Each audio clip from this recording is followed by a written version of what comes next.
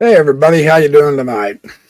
Yeah, it's nighttime here for me, but I wanted to show you some more of my AI art. I've been a busy boy on this stuff, and I've got some really cool stuff to show you tonight. So let me show you this. Now this is my hero. He's a red-headed elf, and I wanted to get him in a fighting position, right? So his legs, I he's kind of martial artist in a way here, but I have no idea what that thing coming out under his arm is. It almost looks like a boat paddle, doesn't it? So this is the downside of the AI part of the art, right?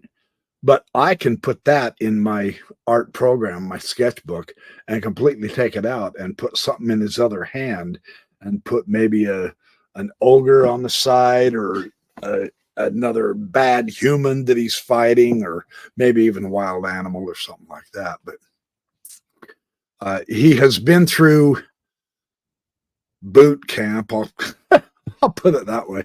Boot camp. He's been rigorously training with the holy quorum of the seven elves, and I've got a picture of them.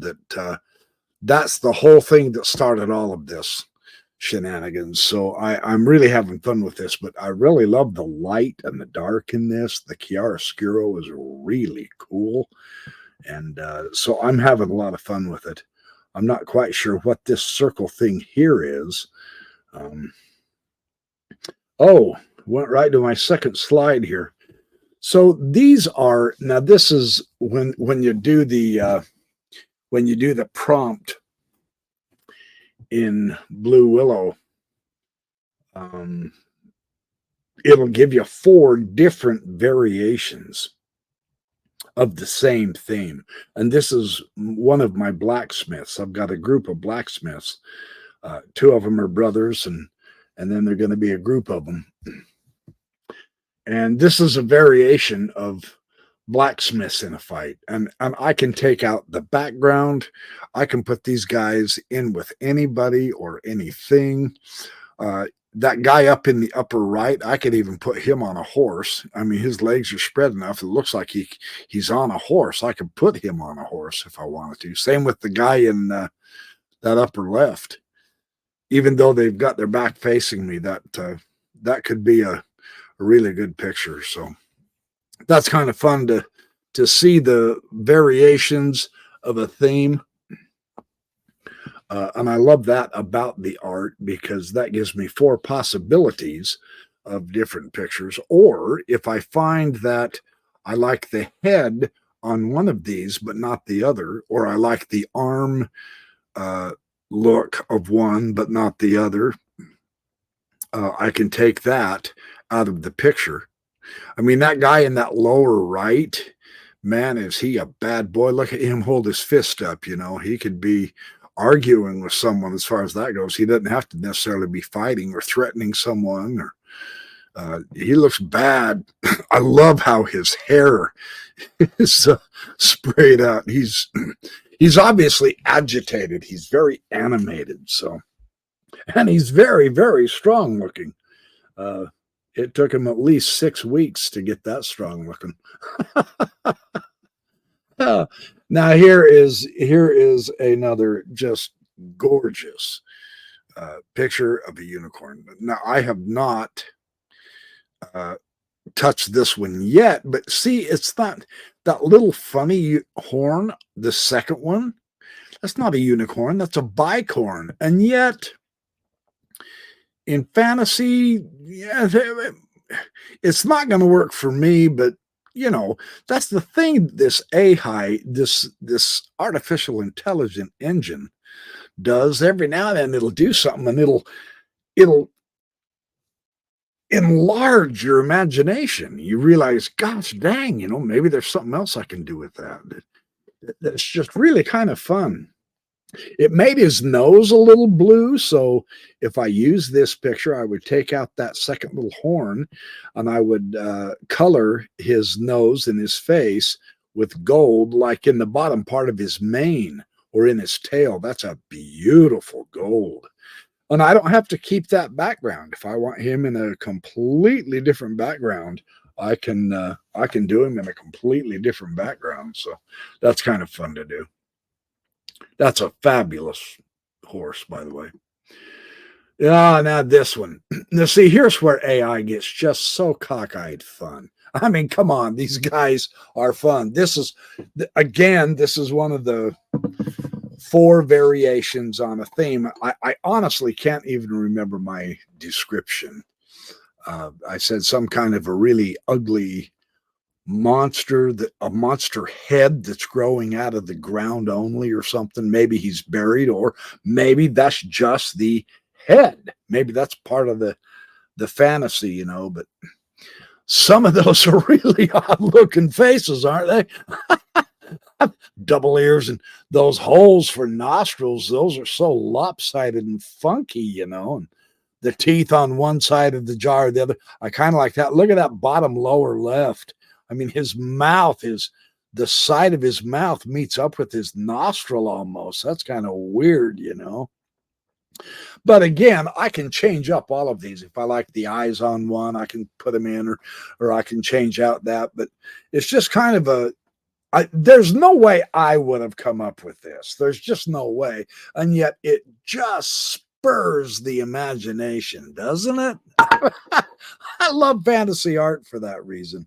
That's the whole idea, you know. You may not end up with something that even remotely looks like these guys, or you can use this head. If I get a really wild monster body, some kind of a monster body or something, I could use one of these heads once I straighten it out. Or maybe I don't need to. I don't know. But see, that's what I love about this stuff, is the way you can add or take away from, or, and this is all in a forest scene. I can take out the background and put him in any scene I want, you know. But that was pretty cool. That was spectacular. And here we are. Now, this is an underwater lost city, and this is going to play a role in my story. Of course, because who doesn't want to have an underwater city? And of course, there's treasure to be found, and maybe a secret weapon, and mermaids, or else water people, and or really nasty, bad underwater creatures that you've never seen the likes of before. I mean, there's a trillion things you can do with this, but I really love how the effect of being underwater is shown through the coloring. That is just so cool how that AI does that, right? I love that. That is just so fun. And now I'm experimenting. Here's my hero again. And I put him underwater fighting. I'm thinking, you know, perhaps he's going to have a really bad underwater enemy or something, you know, a great big eel or worm, or some kind of a weird looking shark or octopus, squid. And so it's not, I mean, the one on the, you see, he's not even in a fighting mood in that lower right corner, but his hair looks really cool. His hair looks like he's in water in a way. So I could probably do something with that. I could probably change up his arms so that he could, you know, redraw his arm, something like that. But the one on the lower left, that's kind of interesting. His back is toward me. His one leg isn't even there, so I'd have to paint that. And it looks like there's almost like a flipper on that other leg, doesn't it? Down there on that lower left. And what's that weapon in his hand? It's really interesting. The AI generator, when you call for weapons, look at that upper right one, that weapon in his hand, in his right hand. It's always a double blade, one on each end. That, you know, that could be kind of cool. I could make something out of that, I think. I don't quite like the shape of that one, but, and actually he looks more like he's posing than fighting in that picture, doesn't he? That's kind of fun, kind of different. But again, the way the color works and shows that he's underwater, I absolutely love that effect of how the AI does that. I would probably see his bodies to you know, his skin tone is all wrong in these underwater pictures. I'd have to change all that. I'd have to recolor him to make him look even better that he is actually underwater. He doesn't quite look like he's in the water, does he? So I'd have some work on those to do if I needed to. Oh, and here's another variation of the underwater city. Love I love how it goes off into the distance like that, and the just the creativity with those pillars and the round roofs over on the left, and then that great big column of moss or something that's going. I love how the buildings are stacked on top of each other like great big old apartment buildings or whatever.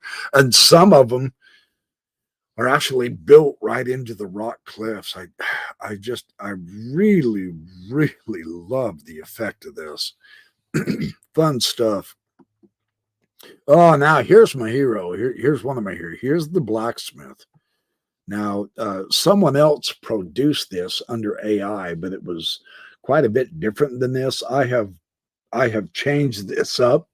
I had to change both of his arms.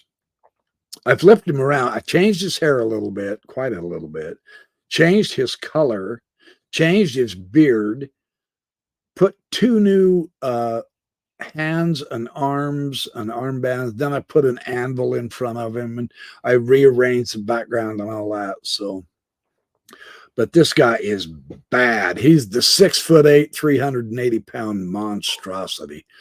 He's going to be a good guy.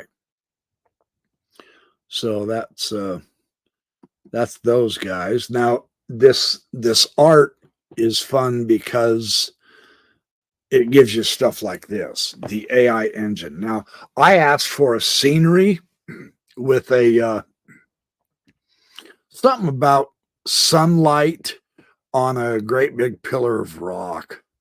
And this is what it came up. Now this isn't at all what I was imagining at all.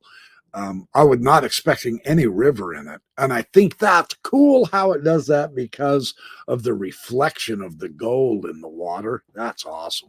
But that tower, that's just so magnificent. And that light, there's 100 things I could do with that. And actually, the tower, I could actually change that too. That's fun. I love how it stimulates my imagination, though. That's just so fun and cool to do. I enjoy that. Now see, here we go. You gotta have a serpent. And I actually tried to get a water creature. I think this was the one, but talk about wild and woolly. I mean, holy Toledo. None of them are actually very, that upper right one. What's that thing coming off his chin? I mean, it almost looks like they tried to make him a double neck. And so that's kind of wild. I would have to really work in my art program on that one. But look at the head on that upper left. That's actually a dragon head, isn't it? That's kind of interesting. I could put that on an eel, though, a great big eel. But I love how it shows how what would you call that? Tentacles curl around and all that. And look at that head on that bottom left. I don't like that little loop thing on his head. I'd change that up. His mouth's a little weird. His body's really funky. That's really crazy weird, isn't it? But notice there's a head on that lower right. And take that beard looking thing off because that's stupid looking, but that's not a bad, and I don't know what that horn is on the back. It's the wrong shape and the wrong kind, but it gives me ideas. And the head is actually okay. The teeth aren't right, but that's what I'm saying. What this does is with the human intelligence of the artist, you could work with these and tinker with them, and I could make them work. I could make these work. They're kind of really spectacular. They're kind of on the bluish end, those bottom two, aren't they? The top two is more like a tan neutral sort of almost vanilla color on that upper left. But So that's another theme that gave me four variations, and I love how the generator does that, all in just about a minute. It's just mind-boggling. Now this, oh my gosh, I asked for a town on a seacoast. And I mean, I think that was my description. Give me a town, an old, let's see, a town in ancient times or a town in the old time on the seacoast. And holy cow, I couldn't have come up with that. I love I love the top view down. I mean, it's like you're across from, but you're looking down on the ocean. I wasn't envisioning that either. So you're on that cliff looking across over at the city. I love that one. And I haven't even touched it. I don't even know if I would. I might just use that one as it is. So lovely place. Wouldn't you love to be there for a week or two or have that as your front yard view? That'd be awesome. Oh, now this is I wanted to show you this one. This is my thumbnail for my one of my chess games that I do. Now the chessboard is all AI. And no, it's not set up very well. It's okay because I'm just trying to indicate, okay, this is a chess game, but I love that glowing gold in the background. What is that, like candle? They don't look like candle flames and all, but it's really a neat touch to add some depth. I love. They actually the chess pieces look metallic in this. I thought that was kind of cool. And then that's Jose Capablanca, the world champion in the turn of the early last century. And this is AI generated. Yeah, he's a little dark and all, but I thought I'd just leave it. That's a pretty good AI rendition of him. I thought that was kind of cool. And he was kind of he was a gentleman. He always dressed nice. He always kept his hair nice. You know, he wasn't like Alec, but he was absolutely, oh, his chess games are a blast. So I thought I would make this into a thumbnail. That thumbnail for that chess game took me maybe 5 minutes. It's one of the shortest time for a thumbnail I've ever had. I was very happy about that. It's really kind of cool. It's a little bit dark, but it's got, that gold, the fire in the back reflects on the gold metallic chess pieces, and so there's a little bit of a glow. And I love how the chess pieces behind Capablanca are somewhat out of focus, so that your focus is right on his face. I really like that look too. So it puts him right there, and he's staring you down. So fun thumbnail. I really, really love making that. I just made that one tonight, actually. So my issue with this is I made the chessboard, so I took the one thumbnail, then the one generation, then I generated the Capablanca. So this is just simply putting two generations together under a common theme, and then I made the blue box above and spectacular Capablanca miniature chess game. If you're into chess, you'll want to see that one. That is a fabulous chess game. But this is some of the ideas you can use with this AI generator. I like to make some thumbnails with it. It's very useful. And you got to have more ogres, right? Now, I've been generating I've generated dozens and dozens and dozens of ogres. And this is one generation. I believe this, and I was asking the engine to give me ogres that were fighting. And that lower, the lower right one, you're not really fighting. It looks like he only has one leg, right? But the head on it's really good. Actually, the body on it's really good. If I could just redo the legs, that might be work. And the guy above him, he looks like he's running and yelling at someone. He's not really armed necessarily, but he's kind of an interesting looking. The guy up in the upper left, that's not bad. I could put a spear in his lower hand and a sword in the other one. I'd have to draw it in. That was not bad. And actually, the best one here, well, they're all good, though. They're all usable. See, this is the thing. You don't have to just chuck it. You can use bits and pieces and parts of each one to come up with your own version of an ogre. But that lower left one, that one's really quite good. It's a 3D, a 3/4. and his hand is excellent for an ogre. I don't know what's in his other hand weapon wise. I'd do something different that way, but I really like that.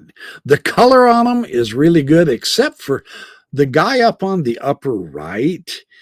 He's got too much human flesh color. Ogres aren't, and the hands aren't really very good. The hands in the one across from him aren't very good either in shape or color, but all of that's adjustable real easy in my sketchbook. That wouldn't take me but just a little bit of time.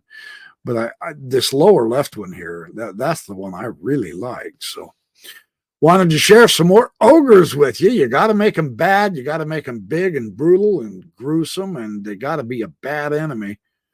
And I've got them. Oh, and again, this 4 variations of the same thing. And I think if I remember right, I just said, give me a lovely landscape. In the evening, I think I said a lovely landscape in the evening. And it gave me these 4 and I think that one on the lower right, I think those are buildings back in the background. Maybe I could have a city off on the plane. I'd have to draw in some stuff, or else just make that so it's all cloud. And on that lower left, the river coming through, but what's that cloud? Is that a fire? It looks like there's something on the ground that's burning, maybe. Or I could turn it into a tree. It might be a tree. I don't know. It looks more like smoke than a tree, though, to me from a distance. So anyway, again, this variation, I love the clouds in that upper left one. Those are really nice.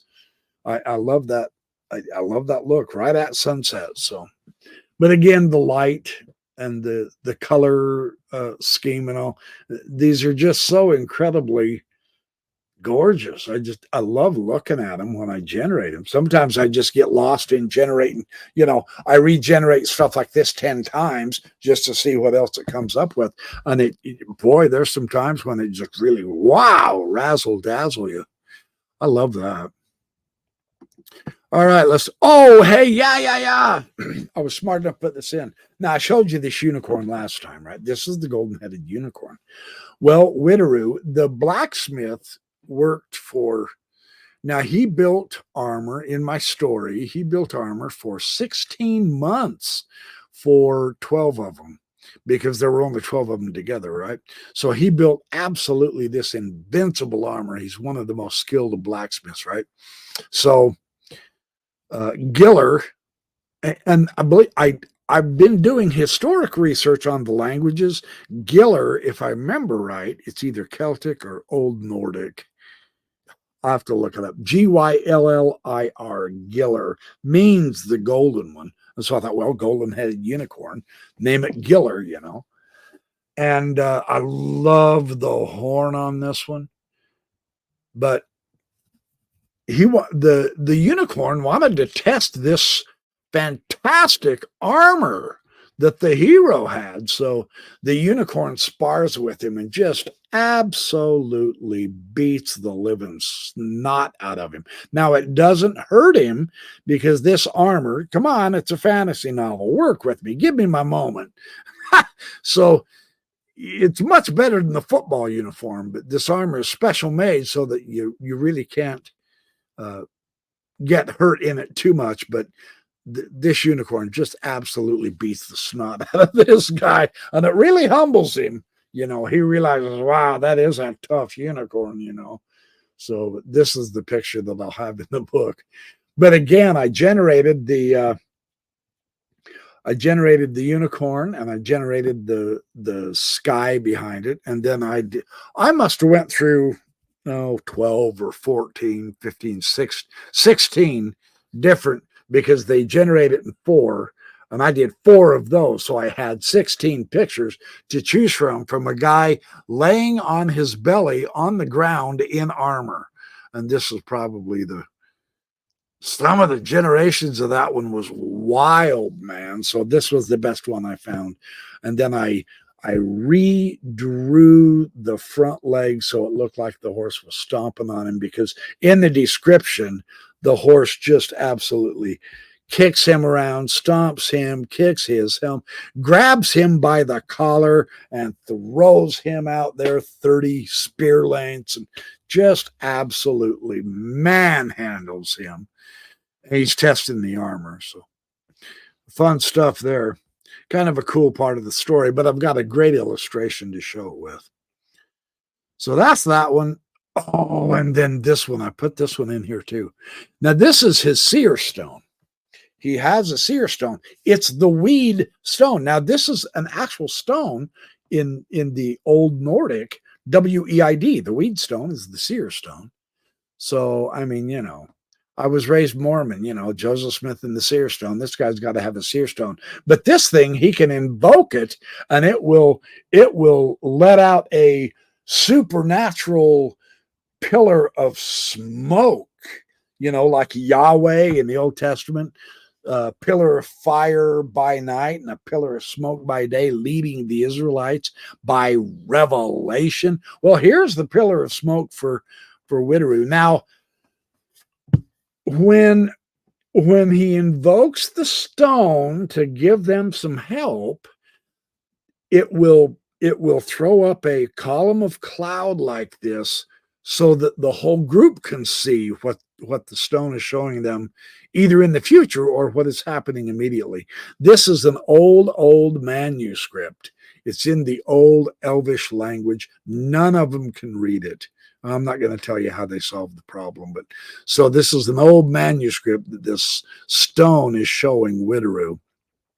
And he will run across it later, and he's going to have to figure out a way to translate what that manuscript says in an unknown language, because there's a very important key thing he has to accomplish to do that, or the effect of translating that language is very interesting. So anyway, yeah, that's one version of his seer stone, and there's other different types of revelations he'll get with it. Now this one, wow, by far, without question, this has been the most difficult one I've drawn, painted, whatever you want to call it. Wow. I spent hours on this one. This one was just trying to give it the proper size and the depth. This is a scouting party that is going ahead of the main group. They are marching through the Tangor forest, fleeing their home because the enemies, the ogres, a group of ogres, have destroyed their home, and so they're leaving to go to a bigger city.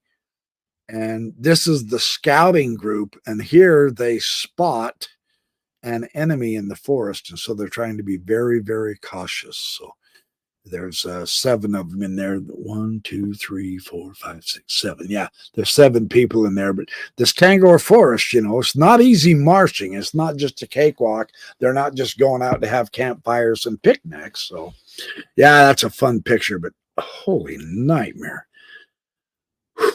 That has been by far my most difficult one to do so far. Oh, yes. And this is one of the big chiefs of the forest people. And he is a very, very important key to my hero. That's all I'm going to tell you about him. Very fun to put him together. Oh, yes. Now, here is the Quorum of the Seven. They call them the Holy Seven, or the Quorum of Seven. Each one of these elves are given a gift from one of the ancient Nordic gods, the Aesirs. So together, when they are fighting, if they can invoke the Alluringar. Now this, I've been studying the mythology of the ancient Norse, right? The Alluringar is actually one of the myths of the circle of power. So, you know, this is their version, my version of their version of the priesthood, right? So each one of them has a specific gift that they can use individually. If they're together as a quorum, say like on the battlefield, and they can invoke the Alu Ringar, which means the circle of power, then each one of their gifts can be shared with all of the others, so that instead of having just one of the gifts, every one of them have all 7 gifts. Now, one of these guys is blind. One of them is super duper tall, and so on and so forth. So, but if anybody's fighting with them and they invoke the Alu Ringar, then that person within that circle also gains their powers. So it's very, very fun to figure out which powers. You'll have to read the book to see, but I'm putting a boatload of work into this, both in the illustrations, the concept, the philosophy, the mythology, the idea. I'm trying to do a historical research on so much of it. So that's that. And then I've got a couple of more that I want to show you that I really had fun with this one, simply because it's so. Now, this one, by the way, this one took me quite a while, because each one of those elves were a generation, and I had to put them all together. I had to resize them and shrink them, had to make them smaller so they looked farther away. I had to try to make some of them look like they were sitting, some were standing. The forest is a separate generation. Some of their weapons I've retouched.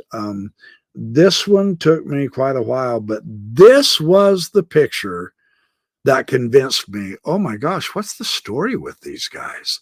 I mean, and so I started thinking of a story, and then this is the picture that started me on my book. So, and I have named them genuine names of ancient Nordic people, with the names of the meaning is their gift from the god. So it all linguistically, it ties in with the superpower that I've given them. I did a lot of research into mythology for that. So I'm not just pulling crap out of the air willy-nilly. It's all systematically being explored and put into the story and into the right types of groups. And now this is absolutely one of my favorites. This is going to be one of my favorite characters coming up right here, right now. You saw it first here on the Backyard Professor AIHI Art. This is my blacksmith centaur. Now he's 6'8", 380, and he is bad to the bone with his war hammer. Here, and I'm not quite sure where I'm going to put this in the story, but this creature here is, I'm going to call it a Gronk, Gronk, Gronk. And what it is it's a pet of the trolls. And so he's on a patrol, the blacksmith, and he runs across this Gronk and he kills it. He thought it was an enemy. The Gronk wasn't going to attack him. He just surprised the Gronk at the campfire. The troll is gone. This Gronk wandered. And so this blacksmith has to kill this Gronk. Well, the trolls find out that one of their pets were killed, and they go on a rampage after these guys. So that's part of the story. You know, you always got to give tension in the story and all that. But the AI generation, when you go to produce a centaur, just sucks. It won't do it. It can't figure out how to do it. So what I did is I generated the blacksmith. I painted the swords. I actually had to reshape his arms. His face was perfect. His body was perfect. Then I generated a horse body. It had 5 legs on it. Yeah, you know, that's what I say. This AI, you can't figure out what the heck a horse is. You know, it's got 4 legs. Come on. Give me a break already. But it's horrible with limbs. So I had to paint out one of the legs, you know, and then I wanted him to look like he was charging this Gronk. So I painted both those swords. So this is one of my favorites. I absolutely love this scenery. So That is a bad centaur, man. I would hate to fight him. And of course, he can give people ride in war. And, Witty, I'm going to have Witteroo on his back with, bows and arrows and archery and all that. And I've got some fantastic paintings coming up. I've got them in the rough sketch phase right now, and it's going to be a lot of fun. So I think that's it. Is this? Yeah, this is my. I just wanted to make sure I had this extra. This is. I wanted to show you a direct application of making thumbnails for my video on this chess video. So that was a fun one. So anyway, that is more AIHI art. Now I'm going to develop, and I haven't quite figured out how to do this, but I'm working on it, and I think I've got a potential way. I'm going to develop a live show where I actually do the AIHI art with you. I will generate it from the artificial intelligence engine. Then I will bring it on screen. Then I will show you. I'm not quite sure how I'm going to do this, how I'm going to put it into, maybe I can put the camera here and I can turn my back to show you my tablet. I may have to put my tablet on a tripod or something so it's steady. And then what I'll do is I will import the AI generated art into my tablet, and I will fix it. I will clean it up. I will take off the extra limb, or I will redo the hands or draw in the swords or something. And I will show you how I can take a piece of the AI art here and a piece from there and a piece from there and put it all together, smooth things over, maybe give it a different background. And I will actually produce my AIHI art with you in a live session. I'm trying to figure that out, because that can be a boatload of fun. I really think that can be a lot of fun for all of us, so that you can kind of get excited once you see, yes, there are some complications, and yes, you have to have a little bit of art skill, but I can show you how to do blending and erasing and all of that. I can show that to you live while I'm fixing up a piece of art. So I'll find a way to do that. So anyway, there is another fun video on AIHI art. Thanks for joining me. Appreciate all your support. I do have my PayPal set up now so that you can donate if you will, if you want to, through PayPal if you'd like, or when I do my live session, either on Sunday evening or when I develop this live art session, you can give me a super chat or whatever. If you don't want to, you don't have to. Just come and watch the videos and enjoy the, I'm trying to give you good variety with art, chess, and intellectual stuff, Mormonism, philosophy, science, how everything intersects and relates. I don't want to talk about politics. It's too divisive. It's a boring subject anyway. They're all worthless. So I want to have fun. I want to build you up. I want to show you that if you really do want to try something like this, you can do it. Really, seriously. It's just not that difficult. So anyway, thanks, you guys. Appreciate all of you. Be good, do well, have fun, make lots of friends, go to bed early, and stay healthy. And I will see you in the next Backyard Professor AIHI art video.